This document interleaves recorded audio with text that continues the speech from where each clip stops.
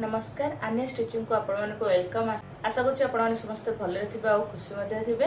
तो चलते आज के ब्लाउज डिजाइन आपण मान आगे सेयार करी जोरा कि अलरेडी बन सारी तार भिड गुरा अलरेडी पकईनी कहीं जेहेतु मुझे डिजाइन भाविली फास्ट आग आपको डिजाइन देखई नेबी तापर ही आपण आगे सेयार करी तार कटिंग हिरिका सेयार करी जदि आपण मानकर कमेंट आसे जे हाँ यही वीडियो उपर ए कटिंग उपर आपण वीडियो पकातु कि जहाँ भी जेकोसी ब्लाउज उपर तो से कमेंट अनुसार ही मुझे ब्लाउज कटिंगटा आपण मानक आगे सेयार करी।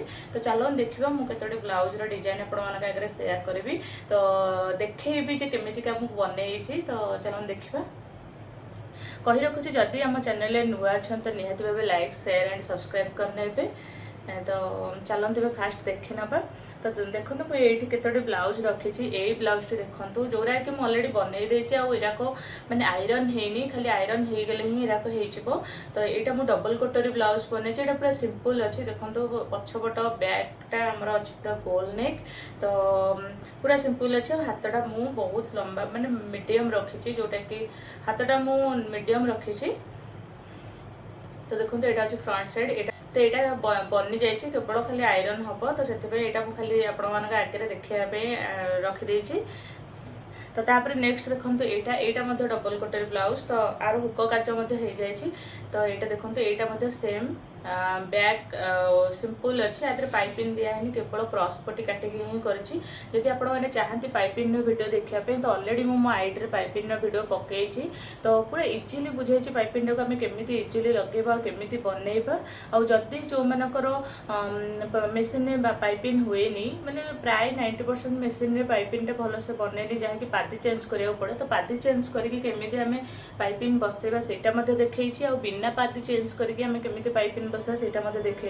जदि आपण मैंने देखी ना तो मो आईडी जाए निहाती भाव देखु निहाती भाव पूरा इजिली बुझे आपण मैंने बढ़िया से बुझीपारे। तो तापर देखा देखो यहाँ गोटे शाढ़ी जोटा कि आर बनई। देखो यहाँ मु प्रिंसेस कट रे बनई आईटा बहुत बढ़िया देखा जाउछ शाइनिंग करमीक आपण माने वीडियो रे देखा जाउछ प्लस सेम पूरा ये शाढ़ीटा।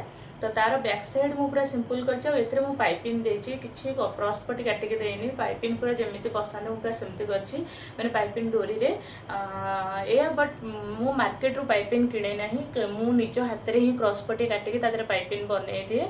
तो यहाँ को मु करिछि प्रिंसेस कट रे करिछि। तो आर वीडियो मु ऑलरेडी पकई जदि आपण माने देखि ना प्रिंसेस कट ब्लाउज केमिति कटिंग करा जाए तो निहाती भाबे जाई देखो मो आईडी रे अछि बहुत सारा प्रिंसेस कट रो ब्लाउज रो मु वीडियो पकई।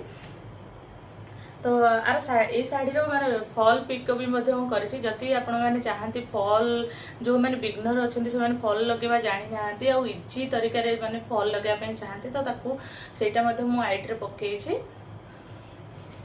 तापर देखो यहाँ गोटे अच्छी आ गोटे नेक्स्ट शाढ़ी तो देखो ये शाढ़ीटा आर फॉल पिक अलरेडी सरी जाइए। तो ये देखा बहुत सुंदर देखा जाउछ आर ब्लाउज पीसटा आहरी सुंदर। तो देखो आर ब्लाउज पीसटा यहाँ अच्छी बैक नेक। तो बैक नेकटा मु बोट नेक हिसाब से करी।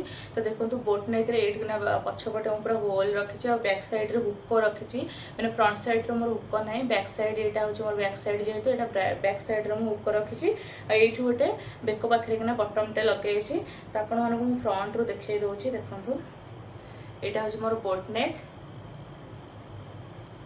प्रिंसेस कट रे काटिक मुझे बोट नेक बनई बहुत सुंदर है।